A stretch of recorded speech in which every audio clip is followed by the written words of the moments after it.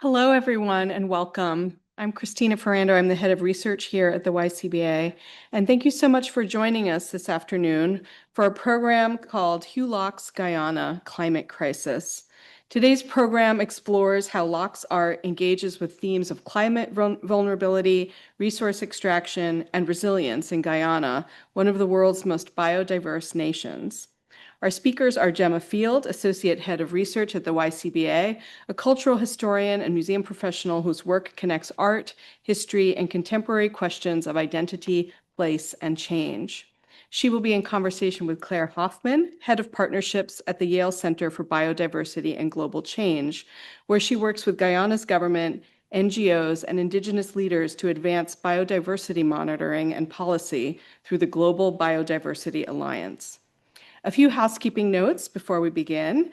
For those of you who are online, at the end when we have our Q&A, you can submit questions in the chat. During the Q&A for individuals here in the auditorium, please wait for the microphone before asking your question. And afterwards, I hope that all of you will remain and join us for a walk through the galleries and a conversation in front of Hew Locke's work in conversation with Manuel Rendero Neto, postdoctoral associate in Yale's Department of History. And now I'd like to invite Jemma to begin the conversation.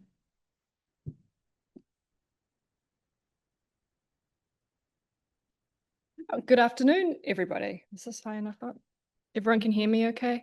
Yes, great. So to begin our conversation today, I'm just going to do a little bit of framing to ground us in two places. First, in the work of Hew Locke, whose work is on view upstairs, and second, in the geographic and historical landscape of Guyana, a place that has shaped Locke's visual imagination in profound ways.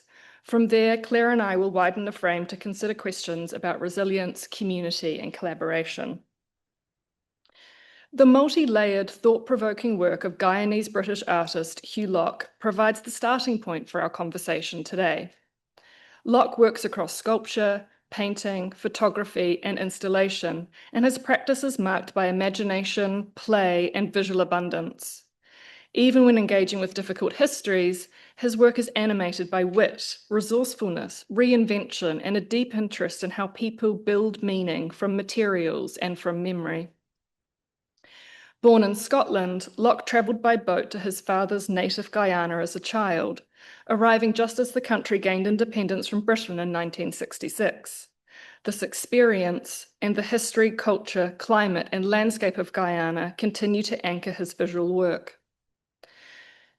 His work prompts us to reflect not only on the legacies of a globalized, extractive past, but also on the creativity, the adaptability, and the environmental interconnectedness that shape our shared future. Locke's visual language is instantly recognizable. Frequently using found materials and layering histories, his work explores how people and places navigate the long aftershocks of empire. The ships, crowns, and processional figures that often animate his practice suggest that fragility and resilience, and loss and possibility often coexist. They open up space for reflection, imagination, and hope. His work, therefore, offers a striking pathway into the intertwined histories and unfolding futures of Guyana.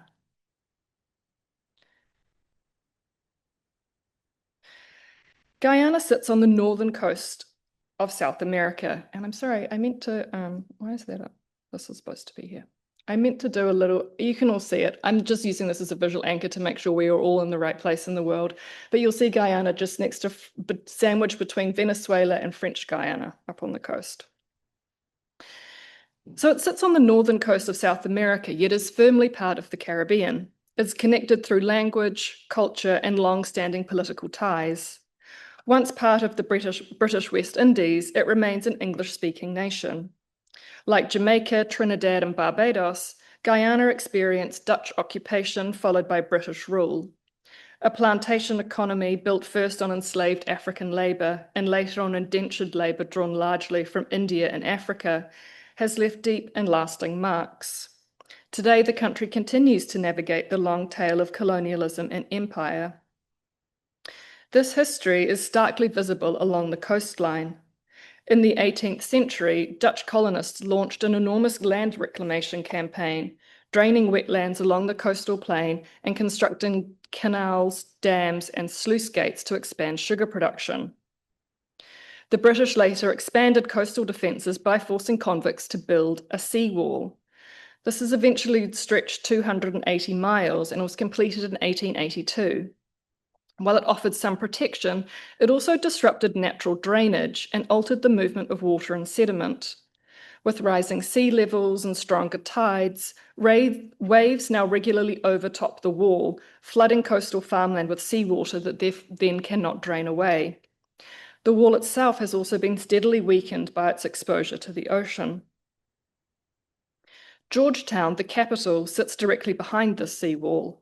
It is one of the lowest lying capitals on Earth, positioned at or below mean sea level. More than 90% of Guyanese people live along the coast, and roughly 75% of the country's agricultural land is located there, making Guyana exceptionally vulnerable to climate change. As Locke puts it, quote, "The land was created to generate money for colonial power. Now the sea wants it back."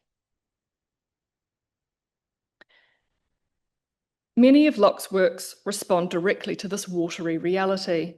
On the left, you see Rose Hall, a photograph of a Georgetown house that Locke has transformed with paint. Wooden houses like this were once common, and many now stand in varying states of disrepair. Here, Locke replaces the expected lawn with a shimmering expanse of rising water. He describes the series as an exploration of memory, fragility, and resilience. I quote, "These houses are falling apart and returning back to the earth from which they originally came as trees. They are like spirit houses. Their names are evocative of hope, but also of the different colonial powers that passed through the land. The rising water references the real threat of flood in this country, which, like Holland, is below sea level. But it is also the flood of the mind or memory, washing away the past." In this image, he reimagines the traditional wooden stilt house by placing it in a boat, a hybrid dwelling that imagines life detached from land altogether. At the same time, Guyana is one of the most biodiverse nations on Earth. The government has begun adopting a nature-based approach to building a resilient future for its people, landscapes, and ecosystems. They're looking to work with natural systems rather than relying on hard infrastructure as a solution to Guyana's current problems. Our conversation today brings these threads together, looking at Locke's artistic imagination, Guyana's living ecologies, and the new scientific and cultural collaborations that are emerging across disciplines and borders. And with that, Claire, we're going now to transition seamlessly mode. And I'm going to start by asking you, Claire, to take us into the landscape of Guyana and to tell us what, in your view, makes the country so ecologically distinctive. So there's kind of two aspects to it. The first, and I'll try to keep this as unscientific as possible, but Guyana is part of what we call the Guyana Shield, which is a geographic region that stretches that whole northeastern corner of South America. Mm-hmm. What's important about it is that it has coastal areas, it's got lowland rainforests like we can see up there, and then it has these amazing flat-topped mountains that just kind of burst out of the rainforest. You get giant sheer cliff walls that come right up out of the forest, and then they have flat tops with ecosystems on top of them. They're like little islands in a sea of rainforest. It means that the land is ecologically incredibly diverse. Each of those islands has its own little ecosystem filled with trees and birds and amphibians and things that exist, in many cases, nowhere else in the world. And that is all set within this broader system of Amazon rainforest. And we all know that that's one of the ecosystems in the world that is the most beautiful, the most diverse. It's one of the places that we are all really aware of its loss and its importance for conservation because of that diversity. I think our best estimate is that about 50% of the species that exist in Guyana actually exist nowhere else in the world. So it has an incredibly high rate of what we call endemism, or rarity of those species. And that's because of the geography of the shield itself. But as you've got up there, Guyana is also really unusual in that it has this huge percentage of its land cover that is still intact forest. We just don't really see that many other places.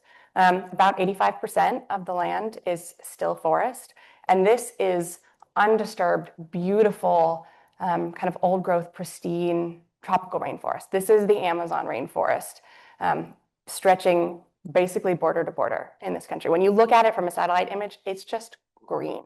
And there are communities throughout there. There are indigenous communities. There are these really well-established communities kind of throughout a lot of that rainforest. But there are very few people who live in Guyana. The most current estimate is about 800,000 in the entire country. So you can imagine that mostly clustered along the coast. Even with those communities in that rainforest, there just aren't that many people around to have changed the landscape like we see in many other places in the world. So it's got this really interesting combination of unique geography, but also kind of untouched forest, really with very few humans in it. So it's incredibly diverse, and we've left a lot of it still. Mm-hmm. Amazing. I have to say, when I was looking for these images, I had a great time just Googling Guyana. I suggest you all do this. It's a great exercise, gives you a lot of mental relaxation, because it is stunning. And I just picked these two images because I felt like they looked quite different, although both of them point to the fact that there is, as you say, this just significant amount of untouched forest that is still intact. But if you do Google Guyana, you'll also see that there is amazing mangrove forests too that are along the coastline, and perhaps we can come back to that when we talk a little bit more about efforts to rebuild some areas too. But I guess one thing that, and is important too for bringing clarity to what your office at Yale is doing with the Guyanese government, but thinking about this and the interconnectedness between people and nature and the different, I'm going to get all these terms wrong, the species, the ecosystems within that. Perfect. Yes. If you can talk to us a little bit about this alliance that you brokered earlier this year, and what are its aims and what does it do? Yeah, so we are very grateful to be one of the founding members of what is called the Global Biodiversity Alliance. Our managing director is kind of right in the middle of that picture in the red tie. That's Dr. Alex Killian, who's the managing director of our center at Yale. This alliance is a Guyanese-led initiative. So it was founded by President Ali of Guyana, has very much been spearheaded by the Guyanese government, by the Guyanese people. The idea behind it is to bring together high biodiversity nations in the world, along with key scientific and funding and collaborative partners from academic institutions, conservation NGOs, banks, things like that, from all over the world. Bring them together to support the high biodiversity nations in both being leaders in terms of conservation and climate-related work moving forward, but to also make sure that we set up systems that support those countries. So it's probably a little bit of helpful context, as I'm guessing much of this audience doesn't have a great sense as to the history of conservation, but the field of conservation itself really originated in colonialism. So there's obviously a very close link with Hew Locke's work. The national park systems that we know, for example, they were created by colonizing nations to set aside large tracts of land so that they could use it and not the locals, often for hunting. That's just one example. We see those kinds of patterns throughout the field of conservation. And a lot of us have tried very hard over the past few decades to shift the patterns of colonialism in conservation, but the foundation of the system really prioritizes funding and power and knowledge held by countries, institutions, organizations that are based within Western Europe and North America primarily. And what that means is that countries like Guyana that have a ton of amazing nature left often don't get to benefit from that nature.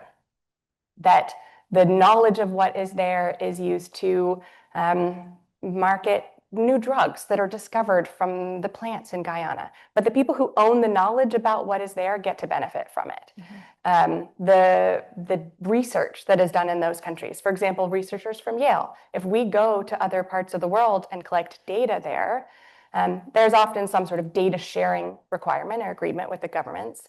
But the IP, that intellectual property, is actually owned by Yale University. And so the knowledge doesn't belong to the country in which it was gathered.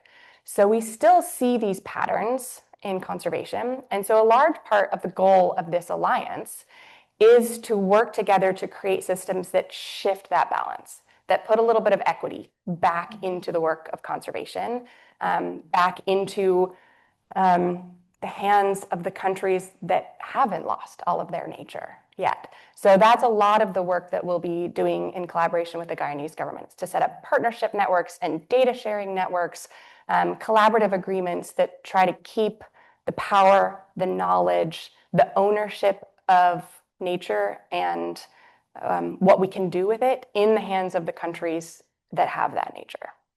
Okay, so am I correct? Let me see if I got this right. So the idea is to try and empower the Guyanese people to be able to leverage their own resources for their own benefit. And how do you actually, like, what does it actually look like in practice? Yeah, so I always like to stay away from the word empower. You're not wrong. Yeah. But empower is a word that we hear all the time in the conservation space. And it actually implies that we have power to give to them, right? That they don't have the power themselves. Because it sounds like you do. Well, we do, but we want to make sure that we're not saying, here, have some of our power. Okay. Right? That instead we're setting up systems that allow them to just have ownership over what they've had all along. So, for example, one of our closest partners in Guyana is Conservation International, the Guyanese office. And one of their leaders in their office said to us, actually just a couple of weeks ago, you're talking about co-developing these systems and co-owning data, but that knowledge is ours.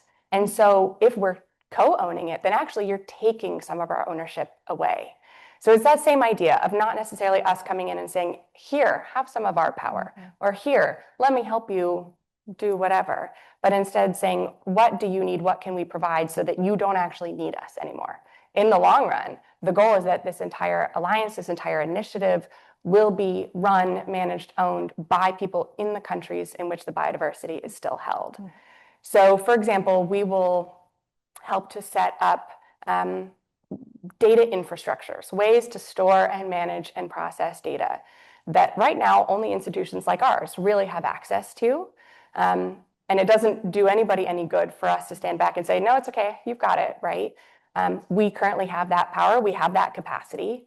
The goal is to set up systems that they don't need us for 5 years, 10 years down the road, that we can build and train them on, hand over the maintenance and the management of the data and the systems so that 15 years down the road, they can choose to work with us if that has been a positive collaboration, but they don't need us to run those systems for them anymore. And when you're talking, I just want to sort of drill down to one point, this idea of data, which can sound super abstract. Yeah. Because like, what kind of data? Data of what? What are you measuring or collecting? What kind of things? So there's a couple of different types. So typically in our center, we focus on biodiversity, so species. Our data is pretty much every record that is publicly available of where any species on Earth has been seen. So that is literally a dot on a map that says, we saw the red-bellied salamander in this location, latitude and longitude, dot on a map. And you combine that with another record for that same species over here and over here and over here, along with any other species that was seen in that area. We get a little dot for every single one of them. Each of those is a data point. But then we also can do a lot of analysis on top of that. So we can say, if that red-bellied salamander was seen here and here and here and here, if we combine that with our knowledge of what those landscapes look like, we can predict that it probably also exists over here and over here, even if we don't have a record that says so. And so those models, those outputs, those estimations is also data that we provide and that we can work with our partners on. So there's a whole range. It's kind of an umbrella term. It's ambiguous on purpose. because it can be everything from a single point on a map to a really complex model to interviews to outputs of workshops that have been done in the country. One of the other partners in this alliance is the Field Museum in Chicago, who's a close partner of ours. And they go out into the field and they do what they call rapid inventories, where they'll be out in the field in Guyana for 4 weeks at a time, and they'll record every single animal that they see. But they also are spending a lot of time with the indigenous communities, and they are getting records of every single thing that an indigenous leader or knowledge holder has about the area around them. And that looks very different from a spreadsheet of species name and latitude and longitude, but that's also data. So we need systems, we're helping to build systems that can hold all of that in one place. I'm kind of interested in this idea of collecting things, right? That humans have this propensity just to collect stuff. And when you're saying things about the red-bellied salamander and it's here and it's here, and I'm thinking of like Linnaeus and his system and how we need to like classify everything and find out where everything is. And then when you're talking about indigenous knowledge holders, obviously that's a completely different approach. They're not interested in having a spreadsheet that tracks every animal that they just saw. But I'm wondering too about how they go out and do these rapid collections of, to what end? Like what is supposed to be the end point of that? How does it benefit longevity or sustainability? Yeah, that's a great question. And that is kind of the key question that everybody's asking is all this information we're collecting actually going to be useful in any way? Really, it comes down to the fact that you can't make good decisions about what to protect, where to protect it, what types of activities will be most effective, what is the potential value of an area for carbon sequestration, for example, if we're talking about climate issues, or for the conservation of a species that only exists in this one little area. We need to know what is there, how well it's doing, what are the threats to it, what is its cultural or religious value, what is its the histories of how things have been introduced artificially through trade and colonization. We need to know all of that. We need to know the system, the ecological system, but also how it fits into people and how they interact with the world in order to make good decisions about what to do next. And unfortunately, it's one of those things where you can't really know if the data you've collected, the knowledge you have, serves that purpose until you've already done it. But what I will say is that historically, people like me have made that decision. A researcher from a Western institution has said, I think we need to know more about this thing because we have a knowledge gap, or we think it's interesting academically. Luckily, I think we're shifting away from that, particularly in situations like this alliance, where actually what we have done is build a coalition of partners. That includes us, it includes the Guyanese government, but it also includes conservation groups like the South Rupununi Conservation Society, which is based in one of the most highly biodiverse areas in Guyana, and it's a community conservation organization. It also includes the Tushos Council, which is the leadership council of indigenous peoples in Guyana. And we will come together and say what's important. And it is not just up to people like me to make that call. And so hopefully we're getting to a place where we are able to make better decisions that are more representative of what the outcome should be for the people living there, interacting with that environment, but also for the world writ whole, right? That there is more at stake than just a single location. And an area like Guyana that is so diverse and has so many trees left is really important at a global scale too. So we're trying to kind of bring all of those different considerations together through this really complex partnership. Thank you. That was a very generous answer. And you said a lot in there that I would love to pick up on, but in the interest of time, one thing I do just want to, it has just sort of flagged in my mind, is this idea about being able to move beyond the academy and move beyond the West, and also thinking about data. Because another conversation that we had previous to this, I was struck by this idea that you used data as for storytelling to try and get people engaged and interested and to learn, and how as a scientist that it's not just enough to go and collect and study a species to fill a knowledge gap. It's like, and then what happens to it? So I wonder if you could talk a little bit about how you can use data to, from a narrative perspective, to bring in like a human element. Yeah, and I think there's a couple of different components of that. I think the first is that we can't care about something if we don't know it exists. And so again, there's these species that exist in just a few square miles in a single country of Guyana. But if we don't know that there's an amazingly cool frog out there that only lives on a certain type of tree on these mountainous islands in the middle of the rainforest, then we can't do anything to protect them. And we can't get people to care about protecting them. Similarly, if we don't know, where there are threats of losing mangroves, for example, right? That they play a really important role in both biodiversity and in climate. They kind of bring together those two issues that we talk about a lot. But if we don't know where we've lost the most mangroves, then we can't necessarily go to the global funder or a policy community and say, hey, this is really important. And not just as important, but we can tell you what to do, why, where, and what impact it will have. And the data is what allows us to kind of get down to that granularity of more than just, this is something you should care about, but actually says you should care about it because of this, and here's what we can do, and here's what we think will come of that. And that last bit is often the most important. It's the hardest to get data for because we're predicting, we're making educated guesses, we're using models.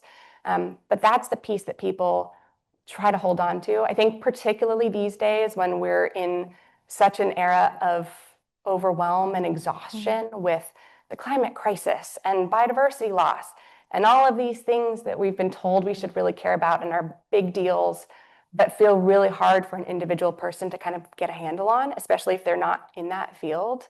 Being able to use the data to say, there's opportunity here, there's hope. We can actually map out what we think the impact will be. So if we can restore mangroves along the seawall in this particular part of Guyana, then it is likely to bring back whatever species of fish that breed in them. And also we can probably sequester X amount of carbon and solve two problems at the same time.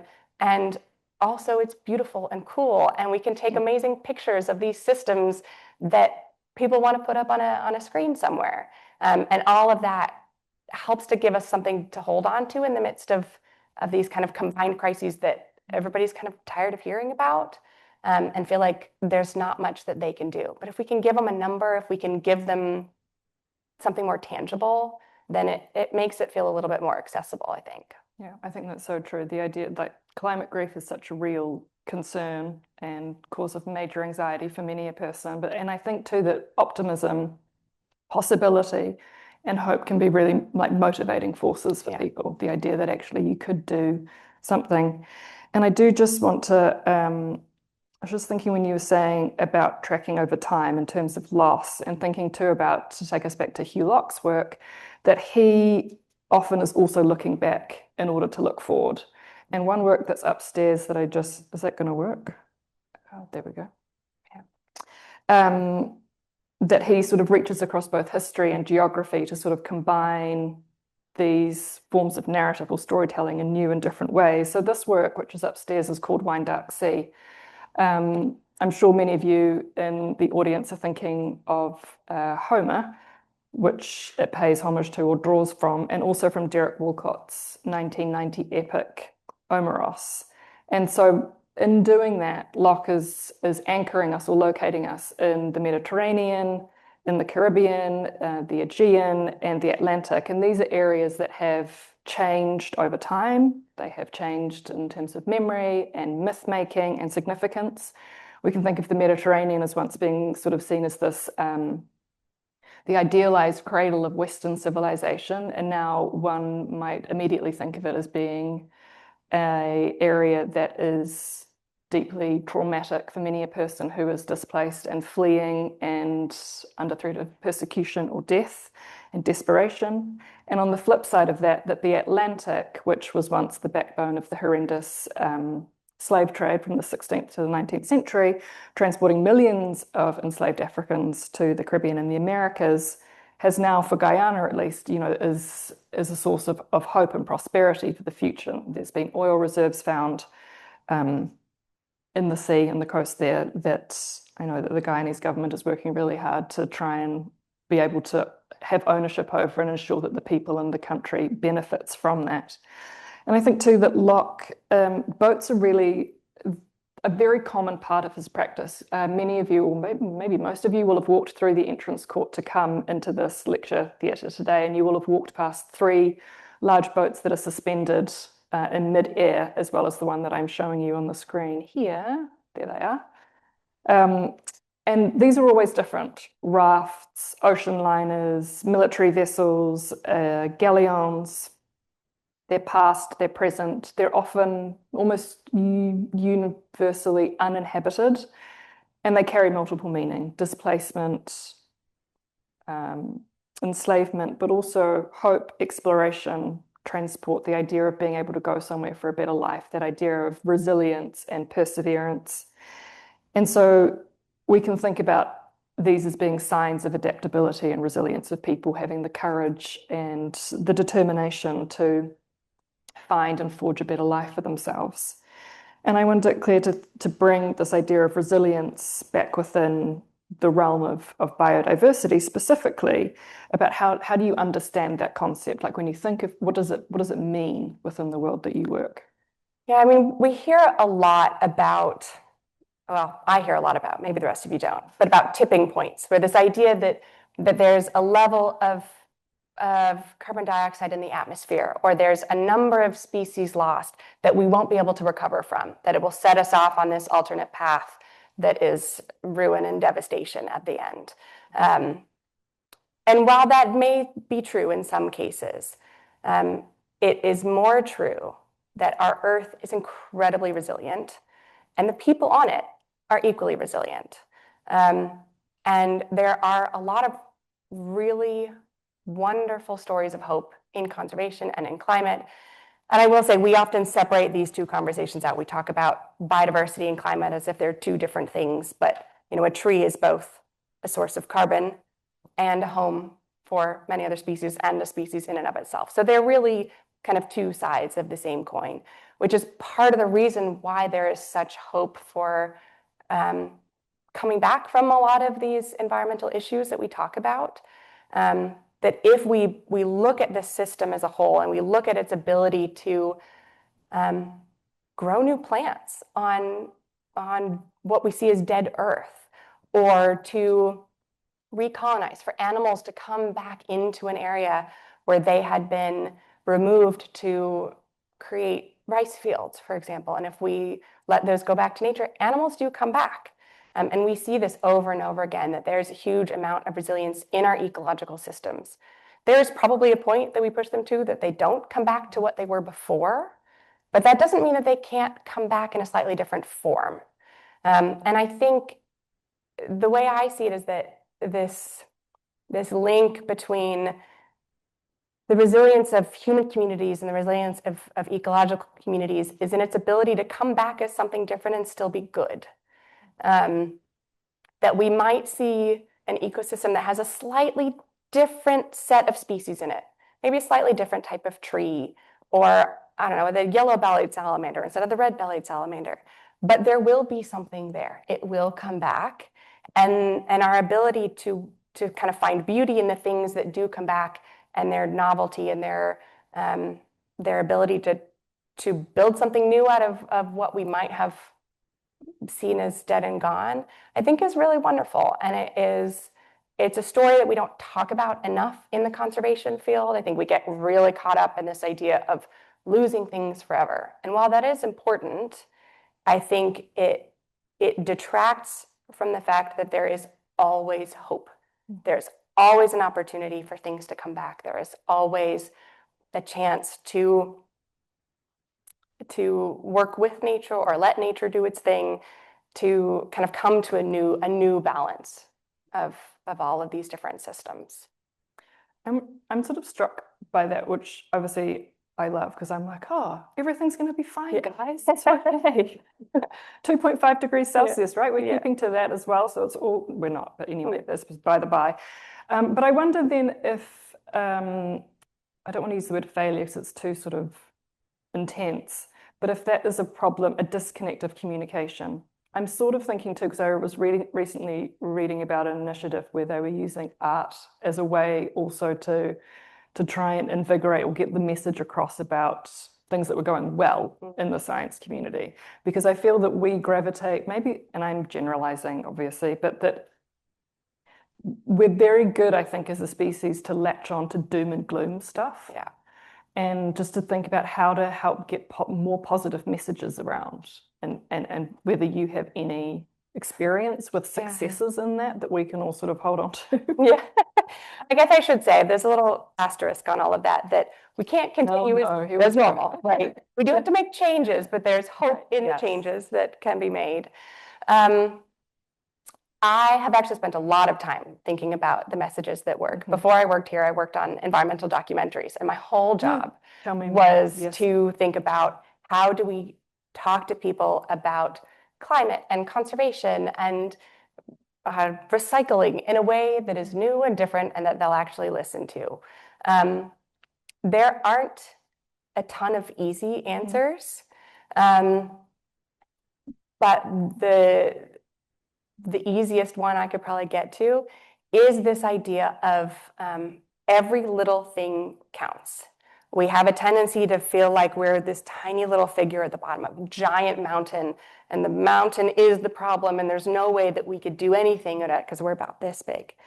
But if you have 8 billion people each doing a tiny little thing, then all of a sudden we're each taking a little stone out of the mountain, right? And that actually can make a difference. But oftentimes people won't even do that because it feels like they have to do an all or nothing, solve the problem, make all the changes in their life kind of thing. Otherwise, it's not worth it.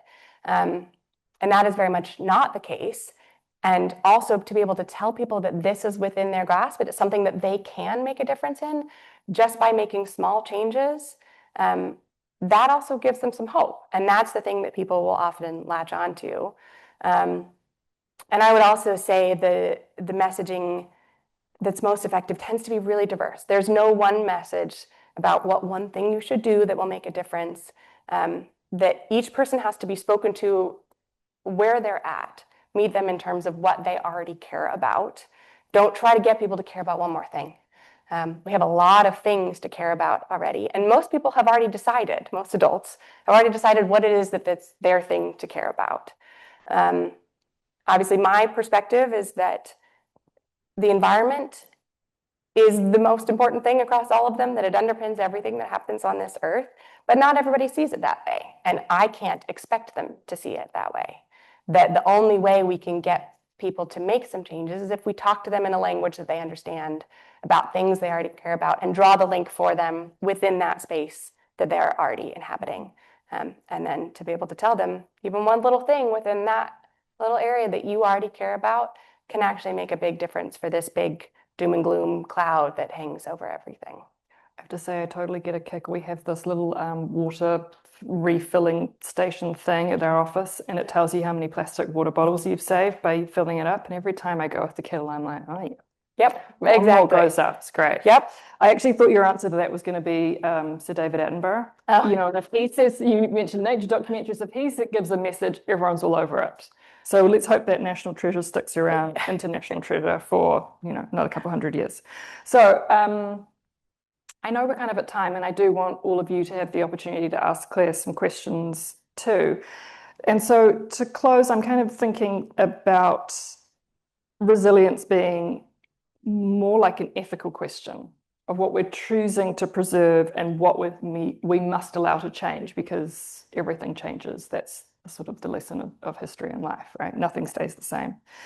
So in closing, I I'm going to ask you about the future of biodiversity in Guyana specifically, and what kind of imaginative frameworks you think are needed. I love this question to close on because I feel like we can, my answer is actually not any sort of scientific framework. It's not any sort of political one. It's a relational one. I think we need more and more frameworks for how to work collaboratively across cultures, across countries, across industries and fields and perspectives and ways of seeing the world, so that we can start to build more equity and more balance in the work that's happening around the world. That I think this alliance that we're a part of in Guyana is a really great example. We are working really hard to build actual partnership frameworks. We're writing out all of these documents of what will this look like to make sure that there are safety networks in place so that we don't shift back into the patterns of how things have been done, but that we can actually formalize a structure that preserves the integrity of the alliance as it is intended to be, to make sure that we are not only putting everybody on equal footing, but that actually we're creating a system that forces the institutions and the organizations that have been in power to step back a little bit and let somebody else take charge for a bit, but make sure that we're being really collaborative in how that happens. But that doesn't happen on its own. We have to build frameworks for partnership. We have to build structures for collaboration that can protect the countries and the cultures and the communities that have been taken advantage of by colonizers around the world for generations. So we have to create a system that stops that pattern and that keeps them from just naturally falling, or keeps us from naturally falling back into a position that doesn't support that balance and that collaboration, and also therefore doesn't support the type of impact and the type of solutions that we need at a national scale in Guyana and globally. Great, thank you. And now to all of you out there, hidden in the darkness, do we have, oh, here you come, emerging. Any questions? I can see some at the back there. Micaiah?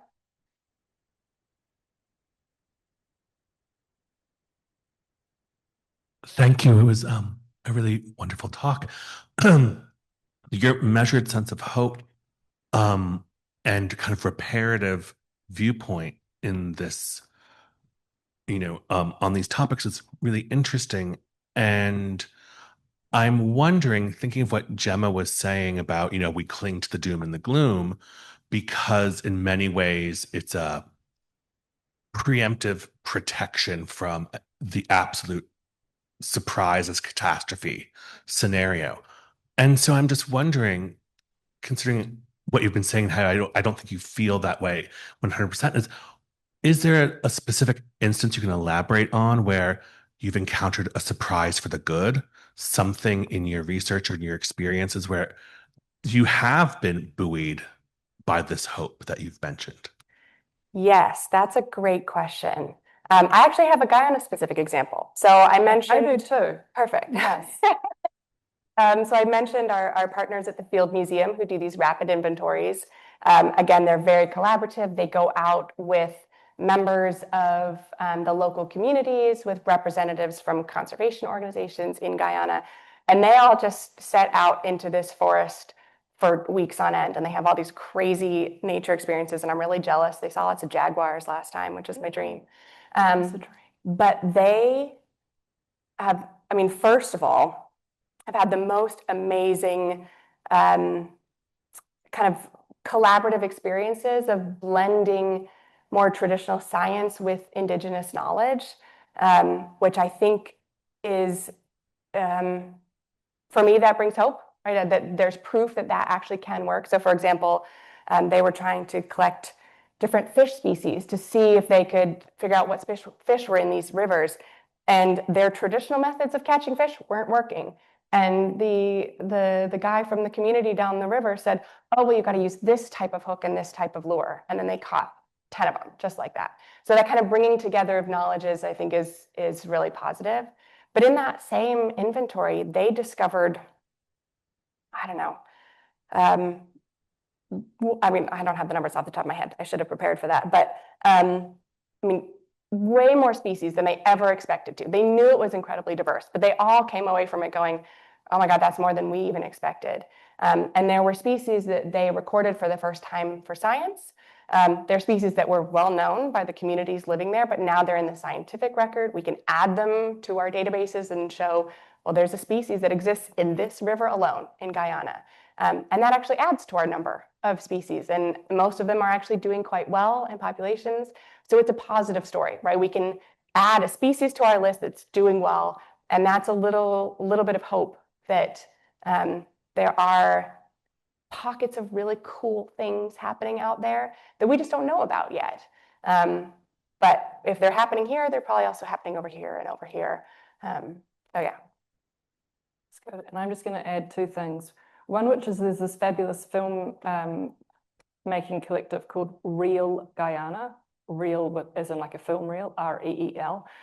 And they have two relatively short films that you can find accessible on YouTube, one of which is about an initiative to basically protect a species of fish that is native to Guyana and doesn't live anywhere else, that has been slightly under some strain or stress because of climate change. But the film is one of hope because they have these, the indigenous communities working to preserve these fish and working with local government in Georgetown to basically turn this into a positive source of industry. So people come and pay to do fishing of these fish, which then get put back. So it's a way of generating revenue while protecting the species. So it gives new ways of thinking about how to engage with nature without sort of breaking it, but it's also a story of preservation and hope. And the other one is a fabulous book called Sand Talk by an Australian Indigenous man called Tyson Yunkaporta, who talks really about how Indigenous knowledge systems can save the world. And it's a fabulous read, and I feel like you will get hope from that as well.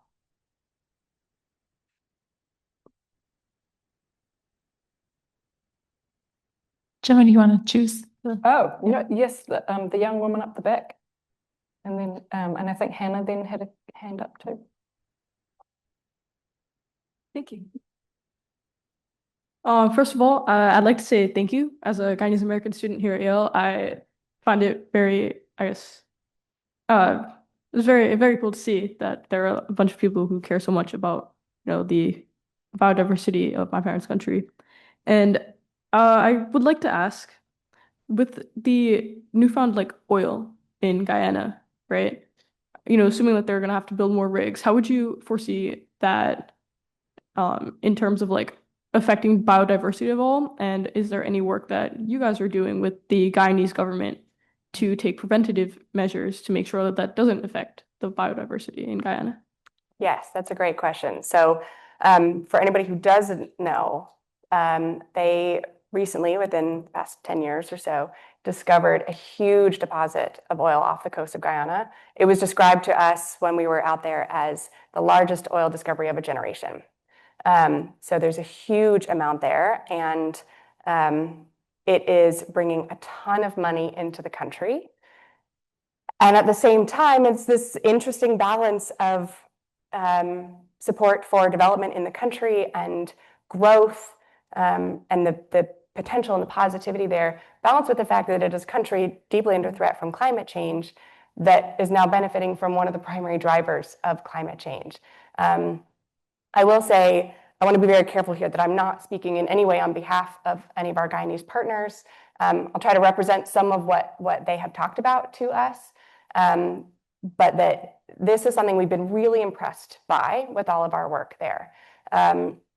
Guyana has what they call a low carbon development strategy that was put into place by the previous president. So all of the development that happens in country is based off of this low carbon development strategy. So all of the money that comes in from the oil and gas development that is used for infrastructure development and restoration of roads and homes, it is all done through this low carbon approach. So they're really trying to be very conscientious about not compounding emissions on emissions on emissions.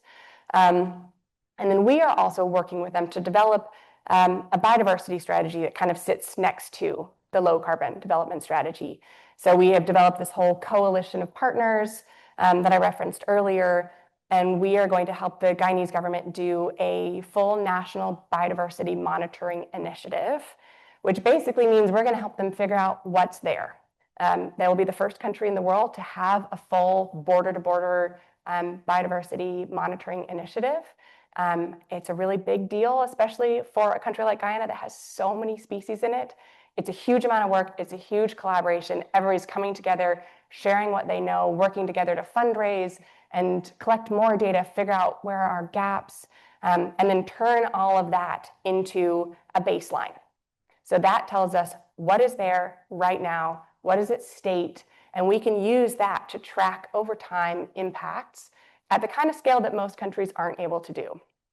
So we're very much at the beginning stages of this. I was working on the proposal earlier today, but it is something that we're going to be actively rolling out over the next couple of years. It'll help to inform decisions in country, but it will also allow us to look at what are the potential impacts of oil and gas, but also development in other parts of the country, and can we help them to make decisions about offsetting in various places, or let's put whatever manufacturing plant over here instead of over here, because it'll have less biodiversity impact over here, because we know we can compare between the two.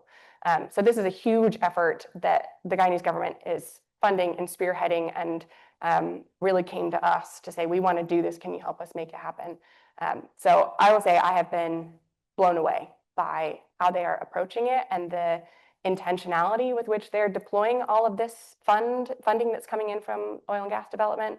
I think there are a lot of ways it could have gone wrong in the early stages of the development, but I have seen nothing but really positive signs from how they're approaching it. So you never know, there's always uncertainty, but I think they're, as far as I can tell, they're doing it way better than pretty much anywhere else in the world.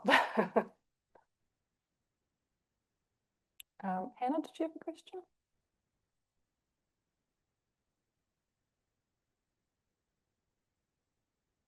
Claire, I just wanted to thank you for all of those thoughts and thinking about nature regrowing even in these places that we think are dead, because it made me think about and look at Hew's work in different ways, especially the ambassador statue, the male one. He has this bright pink flower that comes out of the head of the horse. And it's just like this idea that you were talking about, something will grow and it might be something different. Just really resonated for me with like things that we see visually tied into Hew's work. So thank you for helping me notice that. Yeah, I love that. And I'm not an art specialist by any means, but when we were walking around yesterday looking at all the artwork, I did see that, right? That it's almost a celebration of what has broken and crumbled and what can come out of it, what can grow out of it. And it doesn't necessarily shy away from the fact that it was bad to begin with, that there was destruction that happened, or there are things that we need to not lose sight of as a community, but that we can layer beauty on top, right? That there's more there than what might just be captured in a single photograph at one point in time, that it can kind of evolve and change and grow if we let ourselves see it that way. So appreciate that. Thank you. Yeah, he's extremely good, I think, with being imaginative and repurposing, because we did a little walkthrough together.